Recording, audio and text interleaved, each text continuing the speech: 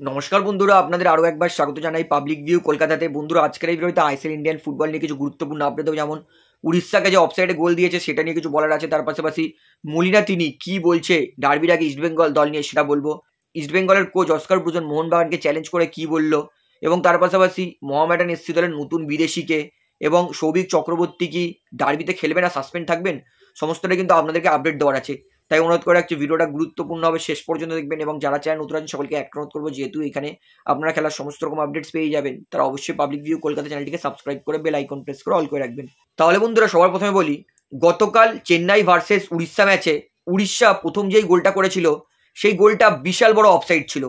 মানে কোনো একটা বাচ্চা যে নতুন ফুটবল বুঝছে সে দেখলেও বলে দিতে পারে যে এটা জেনুইন অফসাইড ছিল। বিশাল বড় অফসাইড, যেখানে চেন্নাই ভার্সেস উড়িষ্যা ম্যাচে চেন্নাই 2-0 গোলে জিতছিল এবং উড়িষ্যা তারা কিন্তু কোথাও দিয়ে গোল করার সুযোগ পাচ্ছিল না। কিন্তু ডোরিওল্টন যে গোলটা করেছে সেটা কিন্তু পরিষ্কার অফসাইড ছিল, এবং সেই অফসাইডে গোলটা পাওয়ার পরে কিন্তু উড়িষ্যা সেকেন্ড গোল করেও কিন্তু ম্যাচটা ড্র করেছে। এবং আমরা জানি ফুটবলে যখন কোনো দল গোল করতে পারে না, যখন একটা গোল পেয়ে যায় তারপরে কিন্তু কনফিডেন্স পেয়ে যায়, তারপরে সেকেন্ড গোলটাও হয়ে যায়। ঠিক একই রকম কিন্তু চেন্নাই ভার্সেস উড়িষ্যা ম্যাচেও হয়েছে। তো গতকাল ডোরিওল্টন যে এত বড় অফসাইডে গোল দিয়েছে, তারপরে আমাদের বাংলার কোনো ফুটবল ক্লাব ফ্যানবেস থেকে একটা কোনো পোস্ট নেই এই অফসাইডটা নিয়ে। আমি গতকাল থেকে চুপ ছিলাম এবং আমি গতকাল থেকে অপেক্ষা করছিলাম যে বাংলার কোন ফুটবল ফ্যানবেস থেকে এইটা দেয়, কিন্তু কেউ দেয়নি। খুবই হতাশাজনক। যদি এটা মোহনবাগান তাদের এরকম করে গোল দিত তাহলে কিন্তু এখন সোশ্যাল মিডিয়া ছেয়ে যেত। আমি আগেও বলেছি যে রেফারির ভুল সিদ্ধান্ত সবসময় কারোর ফরে বা কারোর নেগেটিভে যায়। মোহনবাগানের ফরেও অনেক গেছে, মোহনবাগানের নেগেটিভেও অনেক গেছে। এর আগের ডার্বিতেই মোহনবাগানের যখন প্রথম গোলটা মানবীর সিং করেছিল ওটা কিন্তু অফসাইড ছিল না, রেফারি অফসাইড দিয়ে দিয়েছিল। তো আমার বলার বক্তব্য হচ্ছে, আইএসএল এর সমস্ত দলের পক্ষে বিপক্ষেই কিন্তু রেফারি সিদ্ধান্ত দেয়, কিন্তু বাংলার দুই ক্লাব, দুই ফ্যানবেসি এই জিনিসটা করে। মোহনবাগানকে যদি কোনো ভুল গোল বা ভুল পেনাল্টি দেয়, ইস্টবেঙ্গল ফ্যানবেস থেকে মানে একদম আঁকড়ে ধরে, কামড়ে ধরে। ঠিক একই রকম ইস্টবেঙ্গল যদি কোনো ভুল পেনাল্টি বা কোনো ভুল গোল দিয়ে দেয়, সেক্ষেত্রে মোহনবাগান ফ্যান্সরাও আঁকড়ে ধরে। দেখুন, আমি জানি আপনারা আমাকে কমেন্টে অনেকে উল্টোপাল্টা লিখবেন, কিন্তু দেখুন সত্যি কথা এইটাই যে আমরা তখনই বলি যখন বাংলার ক্লাবের সাথে এই জিনিসটা ঘটে, যেটা খুবই খারাপ। এবং বাংলার আরও এক ক্লাব তো মানে সমস্ত সীমা পার করে দিয়েছে। মানে মোহনবাগানের নাম বদনাম করার জন্য সোশ্যাল মিডিয়াতে এই জিনিসটা তারা বেশি করে। বাংলার কোন ক্লাব করে আমি সেটা বলবো না। তো এবং সব থেকে অবাক কাণ্ড, এই রেফারিং নিয়ে কোনো এক ক্লাবকে টার্গেট করে তারা টিফো পর্যন্ত নিয়ে গেছে, যেটা খুবই একটা প্যাথেটিক স্ট্র্যাটেজি। যেমন রিয়াল মাদ্রিদ লালিগায় টপে থাকে এবং লালিগার সমস্ত ক্লাবের ফ্যানবেসি বলে যে রিয়াল মাদ্রিদকে রেফারি হেল্প করে, ঠিক একই রকম ইনসিডেন্ট কিন্তু মোহনবাগানের সঙ্গেও ঘটছে। যেহেতু মোহনবাগান প্রতি সিজনেই মানে কন্টিনিউয়াসলি টেবিল টপে বা সেকেন্ডে থাকে, তাই কিন্তু সবাই মোহনবাগানের পিছনেই পড়ে। এবং সব থেকে হতাশাজনক, ম্যানেজমেন্ট কোচের মুখ থেকেও এই কথাটা বলিয়েছে। মানে কোনো এক কোচ সেও বলছে যে অপোনেন্ট দলের নাকি রেফারি অপোনেন্ট দলকে নাকি সাহায্য করে। তো আমি শিওর কোনো কোচই এই কথা বলবে না, এটা পিছন থেকে ম্যানেজমেন্ট এই কথাটা বলিয়েছে বলেই সে বলেছে। তো যেটা খুবই হতাশাজনক। তো আমি বলবো যে গতকাল উড়িষ্যাকে যে প্রথম গোলটা দিয়েছে সেটা জেনুইনলি অফসাইড ছিল। আমাদের বাংলার এত ফুটবল ফ্যানবেজ আছে, কিন্তু তারা কেউ কিছু লেখেনি। কেন লেখেনি এটা সত্যিই আমি অবাক। কারণ তারা শুধু যখন নিজেদের সঙ্গে হয় তারাই তখন কিন্তু লেখে, তাছাড়া কিন্তু কেউ লেখেনি, যেটা খুবই খারাপ বিষয় লেগেছে আমার। তো এই বিষয়ে আপনার মতামত আমি জানতে চাই। জানি আমি অনেক গালাগালি খেতে চলেছি, কিন্তু যেটা সত্যি সেটা সত্যি ভাই। আমি ভয় পাই না সত্যি কথা বলতে, এটা ফ্যাক্ট। তাহলে বন্ধুরা এইবারে বলি, সৌভিক চক্রবর্তী কি সাসপেন্ড আছেন? ডার্বিতে কি সৌভিক চক্রবর্তী খেলবে না? কারণ আমাকে অনেক কেউই কিন্তু কমেন্ট করছে যে সৌভিক চক্রবর্তী নাকি ডার্বিতে সাসপেন্ড। অনেস্টলি বলছি, আমি ইন্ডিয়ান সুপার লিগের স্ট্যাটসে গিয়ে চেক করেছি, সেখানেও কিন্তু সৌভিক চক্রবর্তীর 3টে ইয়েলো কার্ড দেখাচ্ছে। সৌভিক চক্রবর্তীর প্রোফাইলেও সৌভিক চক্রবর্তীর 3টে ইয়েলো কার্ড দেখাচ্ছে, এবং প্রত্যেক ম্যাচ সার্চ করেও দেখেছি সেখানেও মিলিয়ে কিন্তু সৌভিক চক্রবর্তীর 3টে ইয়েলো কার্ডই দেখাচ্ছে। তো জানি না কে কমেন্ট করছে আমাকে, কেন করছে যে সৌভিক চক্রবর্তী সাসপেন্ড বলছে।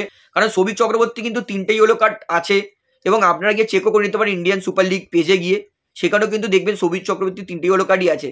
মেবি হয়তো আমি হয়তো কোনো কিছু মিস করেছি, তবে আমার অনুযায়ী সৌভিক চক্রবর্তী কিন্তু 3টে ইয়েলো কার্ড খেয়েছে, অর্থাৎ ডার্বিতে খেলবে।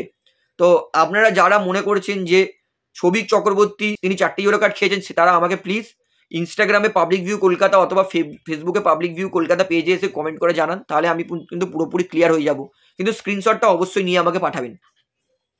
তাহলে বন্ধুরা এইবারে আপনাদেরকে তার পরের আপডেট দিই। এটা হচ্ছে মোহনবাগান দলকে চ্যালেঞ্জ করলো অস্কার ব্রুজন। অস্কার ব্রুজন তিনি প্রি ম্যাচ প্রেস কনফারেন্সে কিন্তু মোহনবাগান দলকে চ্যালেঞ্জ করে গেল। তিনি বলছেন যে সবাই ভাবছে যে মোহনবাগান দলকে নিয়ে আমরা চিন্তায়, তবে আমি এইটুকুনি বলবো মোহনবাগান দলকে যে মোহনবাগান দলের যদি সেরকম দম থাকে তাহলে ইস্টবেঙ্গল দলকে হারিয়ে দেখাক। অর্থাৎ মোহনবাগান দলকে কিন্তু ডার্বির আগে চ্যালেঞ্জ করেছে অস্কার ব্রুজন, কারণ অস্কার তিনি বলছেন যে ইস্টবেঙ্গল দল কিন্তু ডার্বিতে হারবে না, ডার্বিতে পুরো লড়ে কিন্তু জিতবে ইস্টবেঙ্গল। তো দেখা যাক অস্কার ব্রুজো যে চ্যালেঞ্জটা করেছে সেই চ্যালেঞ্জটা ফুলফিল করতে পারে কিনা ইস্টবেঙ্গল দলের ফুটবল প্লেয়াররা। তাহলে বন্ধুরা এইবারে আপনাদেরকে তার পরের আপডেট দিই। এটা হচ্ছে ডার্বির আগে প্রি ম্যাচ প্রেস কনফারেন্সে কি বললো হোজে মলিনা। হোজে মলিনা তিনি কিন্তু বলছেন যে ইস্টবেঙ্গল দল যথেষ্ট ভালো দল, ইস্টবেঙ্গল দলকে আমি সম্মান করি, কিন্তু ডার্বিতে আমি নিজের দলের ওপর বেশি ফোকাস করছি। আমি চাই ডার্বিটা জিতে সমর্থকদেরকে আমি উপহার দিতে চাই, মানে এই ডার্বিটা জয় আমি সমর্থকদের জন্যই জিততে চাই, এবং সবথেকে বড় কথা হচ্ছে ডার্বিতে আমি নিজের খেলায় ফোকাস করব। এবং যখন মলিনাকে জিজ্ঞেস করা হয় যে ইস্টবেঙ্গল দল তারা কিন্তু সেকেন্ড হাফে শুরুর 25 মিনিটে প্রচুর গোল করছে, তো মোহনবাগান দল কি আলাদা করে ইস্টবেঙ্গলের সেকেন্ড হাফের শুরুর 25 মিনিটটা বেশি ফোকাস করবে? মলিনা তিনি কিন্তু বলেন যে একদমই নয়, আমি শুরুর 25 মিনিট বা শেষের 25 মিনিট বলে নয়, আমার পরিকল্পনা থাকে পুরো 90 মিনিট। ফুটবলটা 90 মিনিটের হয়, তাই আমি পুরো 90 মিনিট ফোকাস করতে বলবো আমার প্লেয়ারদেরকে ইস্টবেঙ্গল দলকে আটকানোর জন্য। তাই শুধু কোনো পার্টিকুলার টাইম বলে নয়, পুরো 90 মিনিটই কিন্তু আমার ছেলেদেরকে ভালো খেলতে হবে যদি এই ম্যাচটা জিততে হয়। এবং তার পাশাপাশি মলিনা তিনি কিন্তু আপডেট দিয়ে দেন যে মোহনবাগান দলের দুই গুরুত্বপূর্ণ প্লেয়ার আশিক কুরুনিয়ান আর অনিরুদ্ধ থাপা, তারা দুজন কিন্তু ডার্বিতে অ্যাভেলেবেল নেই। তিনি বলেন যে ডার্বিতে আমার দলের দুই গুরুত্বপূর্ণ প্লেয়ার থাপা এবং আশিক, এরা দুজন কিন্তু অ্যাভেলেবেল নেই, কিন্তু আমার কোনো চিন্তা নয়, আমি তাদের ব্যাকআপ প্লেয়ার তৈরি রেখেছি। থাপা আর আশিকের জায়গা নেওয়ার জন্য আমাদের দলে একাধিক প্লেয়ার আছে এবং সবাই প্রস্তুত। তাই আমার দলে কোন প্লেয়ার নেই সেই নিয়ে আমি দেখি না, আমার কাছে যা অস্ত্র আছে সেটাকে নিয়ে কিন্তু আমি ব্যবহার করতে থাকি। তো এটা বলেছে মলিনা। তো বন্ধুরা এইবারে বলি, মোহামেডান তারা কিন্তু একটা দুর্দান্ত অস্ট্রেলিয়ান বিদেশি ফরওয়ার্ডকে নিয়েছে মানজোকির বদলে। তো এই প্লেয়ারটাকে মার্ক অ্যান্ডেস ক্যাম্বর্গ, ইনি একজন অস্ট্রেলিয়ান স্ট্রাইকার যার বয়স 30, উচ্চতা 6 ফুট, মার্কেট ভ্যালু 1,20,00,000। এবং বলে রাখি জুলাই 1, 2024 থেকে কিন্তু এই প্লেয়ারটা উইদাউট ক্লাব আছেন, অর্থাৎ বিগত 6 মাস কিন্তু এই প্লেয়ারটা কোনো দলের সঙ্গে যুক্ত ছিলেন না। অর্থাৎ এই অস্ট্রেলিয়ান প্লেয়ার মার্ক তাই কিন্তু মোহামেডান সই করেছে মানজোকি রিপ্লেসমেন্ট হিসেবে। তো আশা করি মার্ক এই অস্ট্রেলিয়ান স্ট্রাইকারটা মোহামেডানের জন্য একাধিক গোল করবে এবং মোহামেডান যে টেবিলের লাস্টে আছে সেখান থেকে মোহামেডানকে অন্তত একটা ভালো জায়গায় ফিনিশ করাবে। তো বন্ধুরা আজকের আপডেটে এতটাই বলার ছিল, আশা করি সমস্ত আপনারা বুঝতে পেরেছেন এবং ভিডিওটি আমার ভালো লেগেছে। তো ভিডিওটি ভালো লাগলে অবশ্যই লাইক করুন, কমেন্ট করুন, শেয়ার করুন এবং চ্যানেল নতুন সকলকে অনুরোধ করবো তারা অবশ্যই পাবলিক ভিউ কলকাতা এই চ্যানেলটিকে সাবস্ক্রাইব করে বেল আইকন প্রেস করে অল করে রাখবেন। ধন্যবাদ।